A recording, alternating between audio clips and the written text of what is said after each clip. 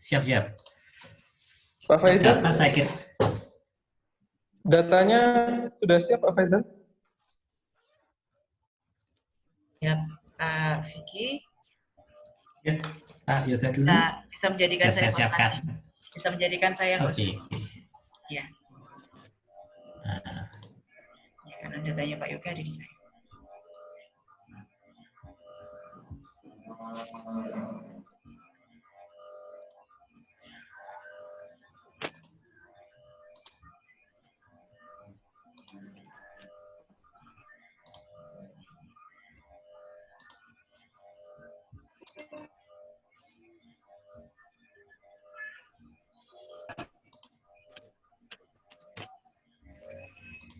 Sudah tampak Pak Yoga?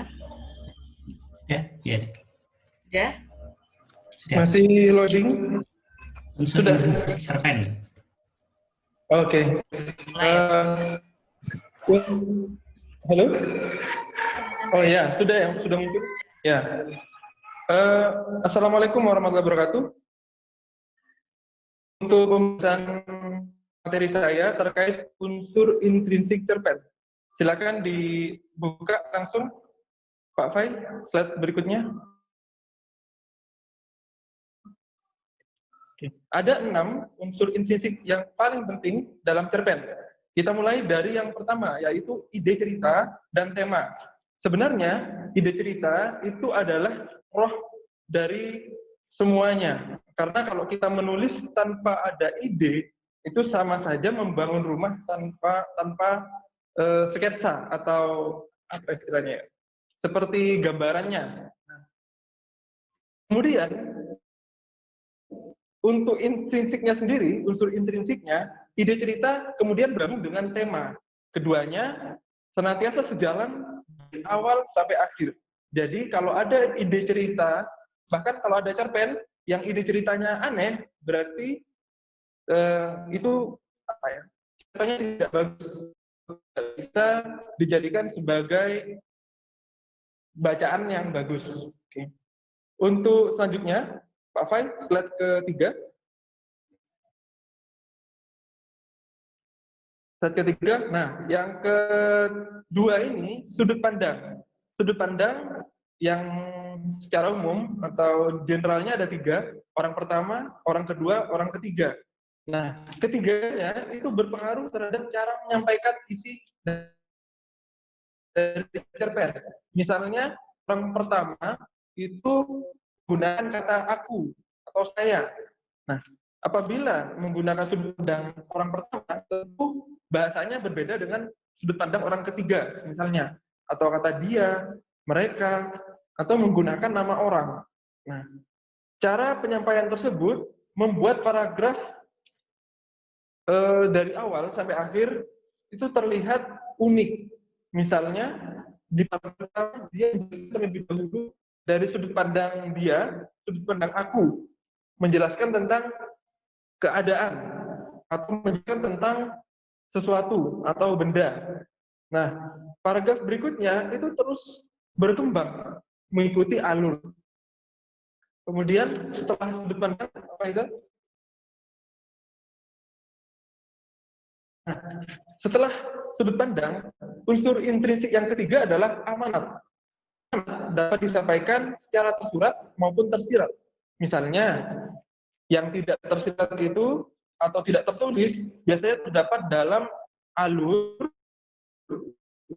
konflik, dan juga biasanya dampak yang dihasilkan oleh tindakan tokoh gitu. Selanjutnya Pak Fain. Setelah amanat, alur. Alur ini adalah kelanjutan dari tema. Tema dimulai dengan sudut pandang tadi. Oke. Kemudian alur ini dimulai dari kalau menggunakan alur yang standar, biasanya dimulai dengan pengenalan, kemudian pemunculan konflik, puncak konflik, sampai penurunan, dan akhirnya resolusi. Nah, sepertinya untuk cerpen-cerpen zaman sekarang itu sudah mulai banyak perubahan. Misalnya, cerpen ada yang dimulai dengan konflik, dan baru diakhiri dengan pengenalan, seperti itu. Lanjut, Pak Faisal. Kemudian latar itu tidak hanya mencakup tempat, tetapi juga peralatan. Misalnya peralatan itu benda-benda apa saja yang ada di cerpen itu. Waktu, pakaian, budaya, serta berhubungan dengan kehidupan para tokoh dalam cerita. Jadi latar itu luas sekali, sampai ke sosial dan lain-lain. Oke. Lanjut, Pak Fai. Penokohan bisa merujuk pada sosok, latar, usia, gender, penampilan, watak, gaya, atau perilaku dari tokoh yang ada dalam cerpen. Maksud dari penokohan di sini, misalnya ada tokoh namanya Arif. Nah, Arif itu tokoh. Penokohannya adalah bagaimana sosok Arif. Misalnya Arif adalah sosok yang baik. Arif sosok yang sabar. Latarnya di sini bedanya dengan latar tempat atau latar latar suasana. Latar di sini lebih pada tokohnya. Misalnya Arif ini dari keluarga yang sederhana. Arif dari keluarga yang misalnya kedua orang tuanya sedang mengalami permasalahan seperti itu dan lain-lain. Sampai nanti kita bahas kalau misalnya ada pertanyaan terkait tokohan. Untuk selanjutnya, kita sudah masuk ke tahap terakhir. Jadi inti dari yang saya sampaikan adalah cerpen Kapten itu yang pertama temanya tentang wafatnya kapten tim sepak bola. Jadi kalau kalian pernah mendengar cerita Khairul Huda itu adalah kiper atau sekaligus kapten Persela yang meninggal. Jadi cerpen ini adalah cerpen yang sebenarnya non fiksi, kemudian dibalut dengan bahasa yang indah menjadi sebuah cerpen. Kemudian sudut pandangnya menggunakan orang pertama jamak. Maksudnya ada aku, ada kita, seperti itu. Kemudian amatnya secara tersurat sudah ada, tak peduli umur, tak peduli waktu, dan tak peduli tempat. Kematian pasti akan datang menjemput manusia bila tiba saatnya. Sebenarnya banyak sekali amanat dalam cerpen ini, tapi saya ambil yang paling berhubungan dengan temanya. Kemudian untuk alurnya maju, artinya seperti yang saya sampaikan tadi, mulai dari perkenalan, terus mengikuti waktunya, sampai tidak ada flashback ataupun dari belakang. Kemudiannya ada rumah duka yang paling banyak atau yang paling menonjol. Yang terakhir penokohan. Di sini saya contohkan saja tokoh aku itu tabah dan bijaksana. Artinya bisa membuat penonton atau teman-teman supporternya menjadi lebih sabar, selalu memberikan semangat kepada yang sedang sedih seperti itu. Mungkin singkat saja seperti itu Pak Faizal. Nanti bisa dilanjutkan dengan diskusi.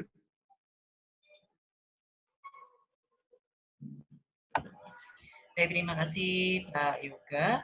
Ini saya sampaikan karena tadi terlewat ya biodata dari Pak Yoga. Pak Yoga nama lengkap Yoga Prasetya, Sarjana Pendidikan, Magister Pendidikan. Tempat tanggal lahir beliau di Nganjuk 30 Januari 1992. Pendidikan strata 1 di jurusan Pendidikan Bahasa dan Sastra Indonesia Universitas Jember, dan S2 strata 2 Program Studi Pendidikan Bahasa Indonesia Universitas Negeri Malang. Beliau aktif dalam bidang kepenulisan. Yang pertama sebagai redaksi Matsa Gemilang, kemudian yang kedua adalah kontributor berita di portal berita Kanwil Kemenak Jatim.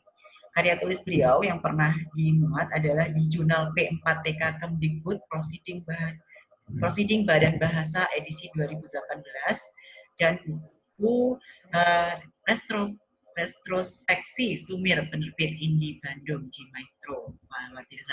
Kemudian prestasi terbaru di bidang kepenulisan adalah juara Harapan 1 Lomba Menulis Cerpen Guru Sekota Malang dan nominator penulis puisi terbaik tingkat nasional pemerintah Provinsi Banten. Jadi luar biasa Pak Yoga penjelasannya tadi, sangat mengena dan sangat jelas untuk bisa dipahami. Dan cerpen Kapten itu memang cerpen yang luar biasa, ada sesuatu yang unik di dalamnya, yaitu menceritakan tentang kapten sepak bola. Selanjutnya Pak Zulfikri sudah siap Pak Zul.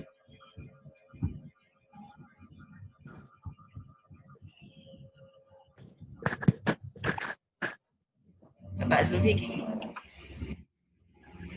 Halo, Pak Zulfikri. Halo, Pak Faisal. Slide saya bisa ditampilkan, sudah saya kirim ke WA-nya Pak Faisal. Ya, bentar ya Pak ya. Baik, anak-anak sambil menunggu silakan kalian mempersiapkan pertanyaan, kemudian kalian juga silakan menyampaikan unek-unek nantinya.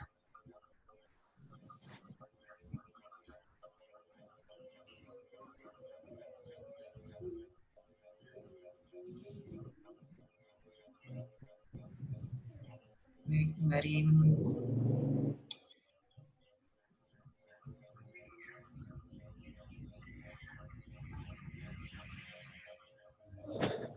Sambil menunggu slide, anak-anak, saya sampaikan ya, bahwa cerpen Sang Kapten Ahmad Zaini ini cerpen yang unik. Tadi sudah disampaikan oleh Pak Yoga bahwa cerpen ini adalah cerpen yang didasarkan pada kisah nyata. Selain kisah nyata, itu juga sebuah refleksi dari seorang penulis. Kisah nyata apa? Yaitu sang kapten itu mengacu kepada kiper Persela, Khairul Huda, yang meninggal sekitar tanggal 15, kalau tidak salah itu 15 Oktober tahun 2017. Ketika dia meninggal saat pertandingan antara Persela Lamongan dengan Semen Padang waktu itu di Stadion Surajaya Lamongan, dan cerpen ini salah satu latarnya juga mengambil di Stadion Surajaya itu. Ketika ada bola yang mengarah ke gawang Persela, si Khairul Huda ini, si kaptennya adalah seorang kiper, dan dia akan menangkap bola itu. Tetapi ada salah satu pemain belakang Persela yang juga mengejar bola, namanya Ramon Rodriguez, dan saat itulah terjadi benturan. Benturan itu sangat keras sehingga terjadi trauma dan kesulitan bernafas. Setelah dirawat di rumah sakit akhirnya meninggal. Tetapi walaupun cerpen itu diangkat dari kisah nyata, jika itu adalah cerpen, kita sikapi sebuah fiksi. Terkait dengan gaya bahasa, insya Allah di slide sudah saya sampaikan bahwa ada 3 hal yang menjadi ciri khas dari cerpen Sang Kapten. Yang pertama, bahasanya yang sederhana, bahasa mudah dipahami. Kenapa? Karena cerpen-cerpen sekarang itu medianya itu lebih banyak ditampilkan secara online. Jika cerpen-cerpen yang menggunakan media online itu menyasar atau segmentasi pembacanya adalah masyarakat secara luas. Jika cerpennya itu terlalu sulit dipahami, hanya difokuskan pada segmen-segmen tertentu, khawatirnya tidak banyak orang yang bisa memahami. Karena itu ada dipublikasikan di cerpenku secara daring yang bisa diakses oleh banyak orang, sehingga lebih menyampaikan bahasa yang mudah dipahami, sehingga siapapun yang membaca cerpen itu bisa paham isinya. Secara garis besar itu mengisahkan menggunakan sudut pandang tokoh aku, sudut pandang orang pertama, dan si aku itu bisa mengacu ke si penulis cerpen, yaitu Ahmad Zaini, adalah seorang supporter. Kemudian ketika dia menonton pertandingan Persela Lamongan di Stadion Surajaya, ada insiden atau kecelakaan yang akhirnya sang kapten itu meninggal. Di situ ia sangat sedih, ia sangat terpukul. Kenapa? Karena mungkin menurut Ahmad Zaini ataupun orang-orang Lamongan, Khairul Huda ini adalah sosok yang sangat dibanggakan, bukan hanya karena kualitas, tapi karena dedikasinya.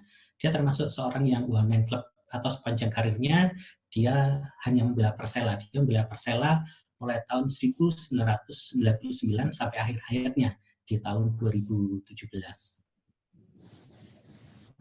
Bisa Pak Faisal untuk ya ini pilihan kata dan gaya bahasa dalam cerpen Sang Kapten karya Ahmad Zaini itu gambar sang kapten yaitu Khairul Huda yang sepanjang karirnya mulai tahun 1999 sampai tahun 2017 hanya membela satu klub, kurang lebih selama 18 tahun. Halaman 2 Pak Faisal.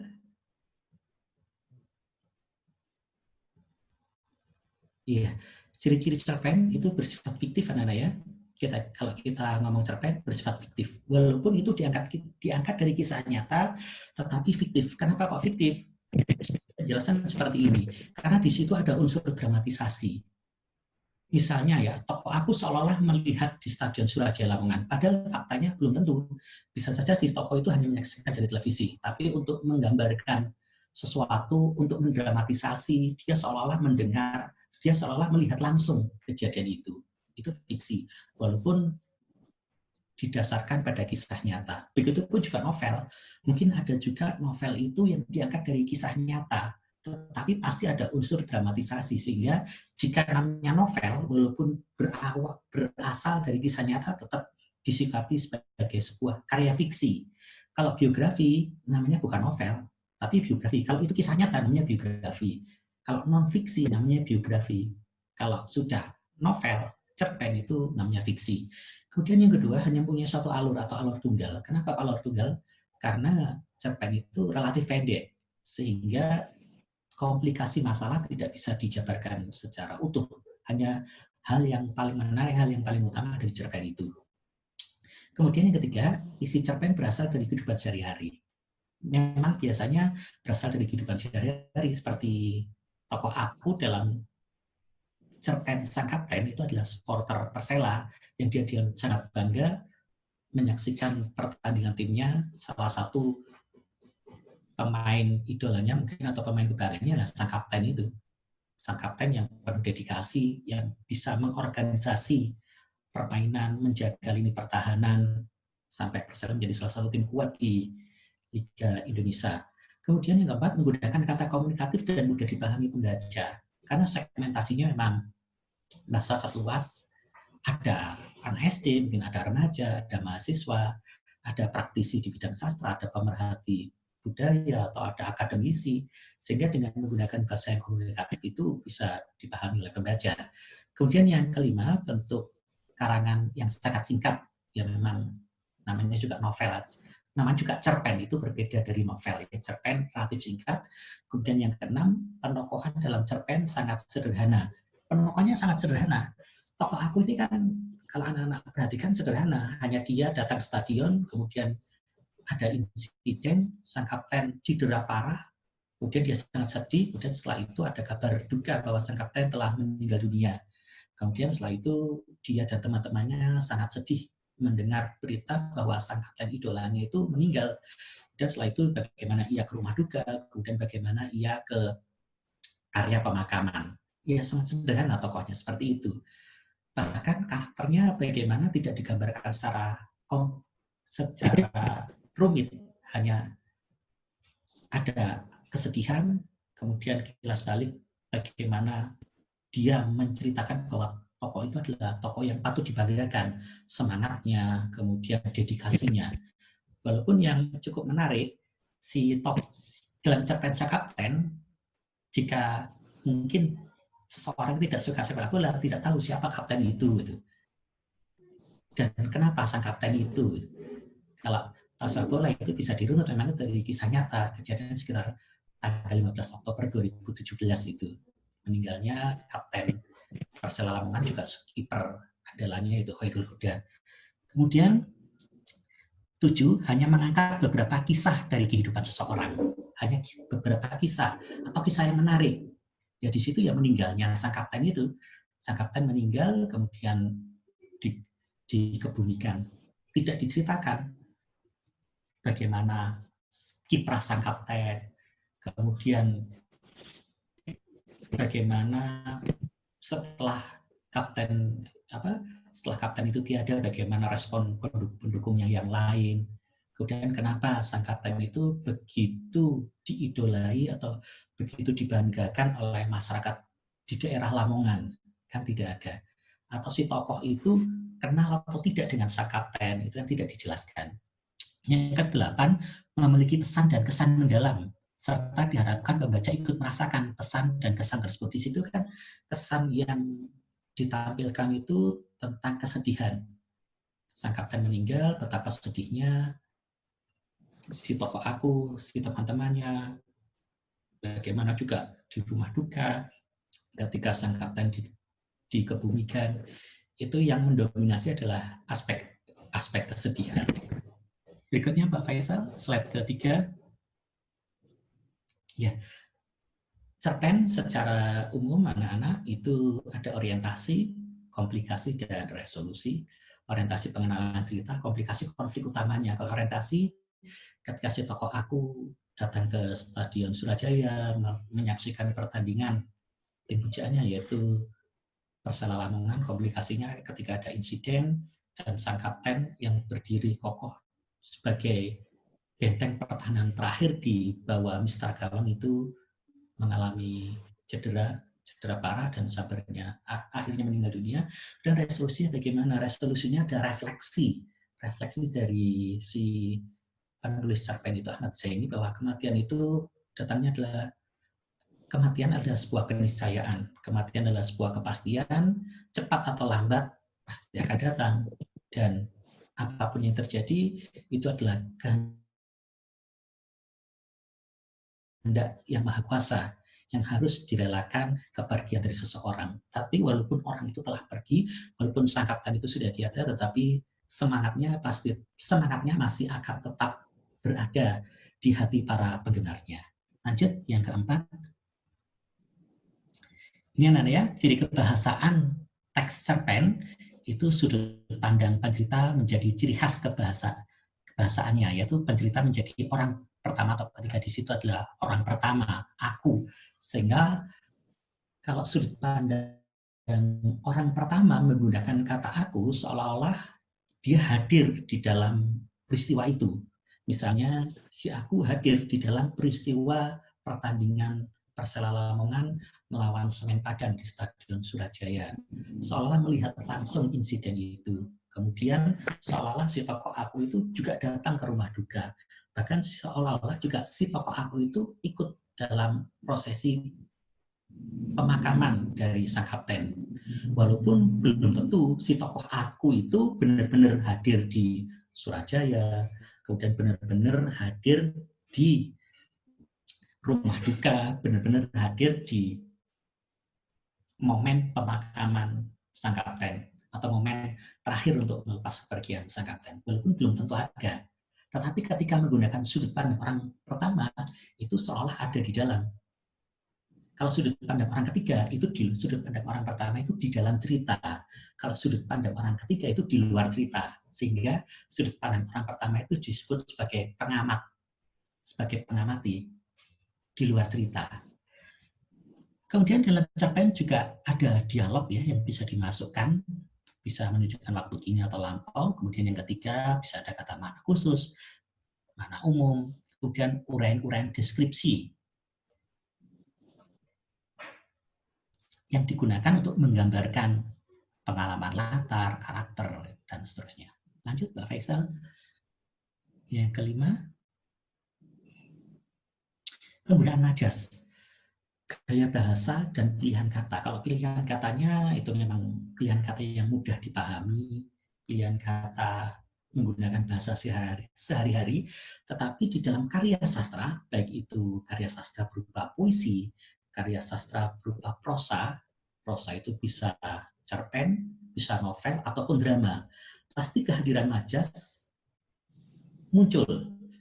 Kehadiran majas adalah sebuah hal yang wajib di dalam sebuah karya sastra. Kenapa?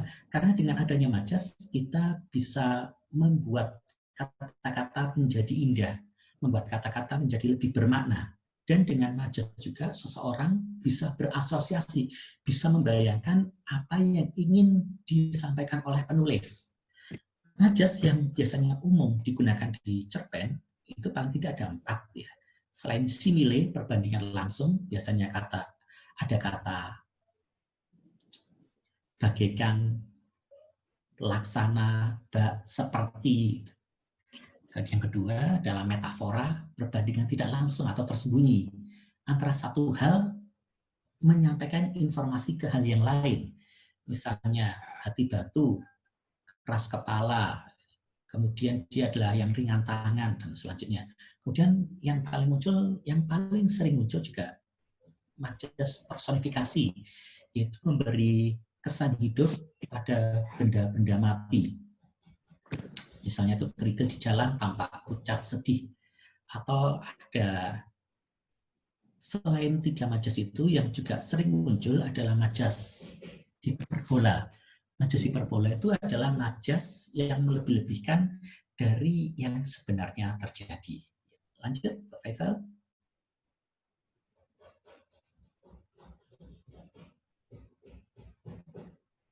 Pak Vicky. Halo, Pak Vicky. lanjut. Mohon maaf, tinggal 3 Ya. menit lagi.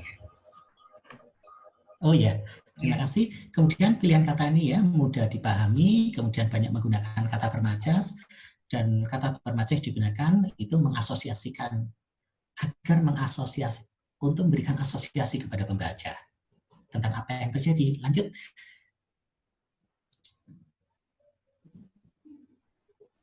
Berikutnya adalah contoh-contoh majasnya ya anak-anak. Majas yang sering digunakan, lanjut lagi Pak Faisal. Slide ke-8. Nah ini, majas personifikasi. Ini majas-majas dalam cerpen, salah satunya adalah majas personifikasi. Memberi kesan hidup pada benda-benda mati. Mendung bergelayut. Tak berselang lama, lembut gerimis menyapa. Gerimis bisa menyapa. Rasa duka menindih. Duka yang menindih malam. Gerimis yang masih setia. Ini personifikasi. Berikutnya, slide ke-9. Nah, slide ke-9 ini hiperbola, yaitu melebih-lebihkan. Air mata kami tumpah ruah membanjiri. Teriakannya yang menggelegar. Kami berjalan beriringan meninggalkan stadion dengan wajah yang terbenam air mata. Tangis kesedihan menggulana di setiap desah. Tergores kenang duka mendalam dalam sebuah elegi, atau lompatanmu terginas menggaris angkasa. Akhir, yang ke-10 yaitu majas simile. Majas simile itu perbandingan langsung. Ada kata bagaikan, seperti ya, posturnya menjulang bak tower. Ya, memang untuk ukuran orang Indonesia, Khairul Huda memang tingginya 181. Sosok yang dia untuk menjadi seorang kiper. Kemudian gumpalan mendung seperti bebatuan yang menggelinding dari letusan gunung berapi. Dan metafora bak tungku dadamu, bara tungku dadamu. Bara tungku dadamu itu kan metafora, yaitu memberikan makna semangatnya yang terasa masih membakar unda-unda. Kemudian bahasa di dalam cerpen ini ada tentang kesedihan, yaitu digambarkan gerimis, digambarkan mendung, digambarkan suasana yang kelam, air mata, dan lain sebagainya. Ya, terima kasih Pak Faisal. Sudah selesai penjelasan dari saya. Baik, terima kasih penjelasan yang luar biasa dari Pak Vicky, seolah-olah berada di kelas gitu Pak ya. Baik, selanjutnya bagaimana Pak Yoga, kita lanjutkan ke tanya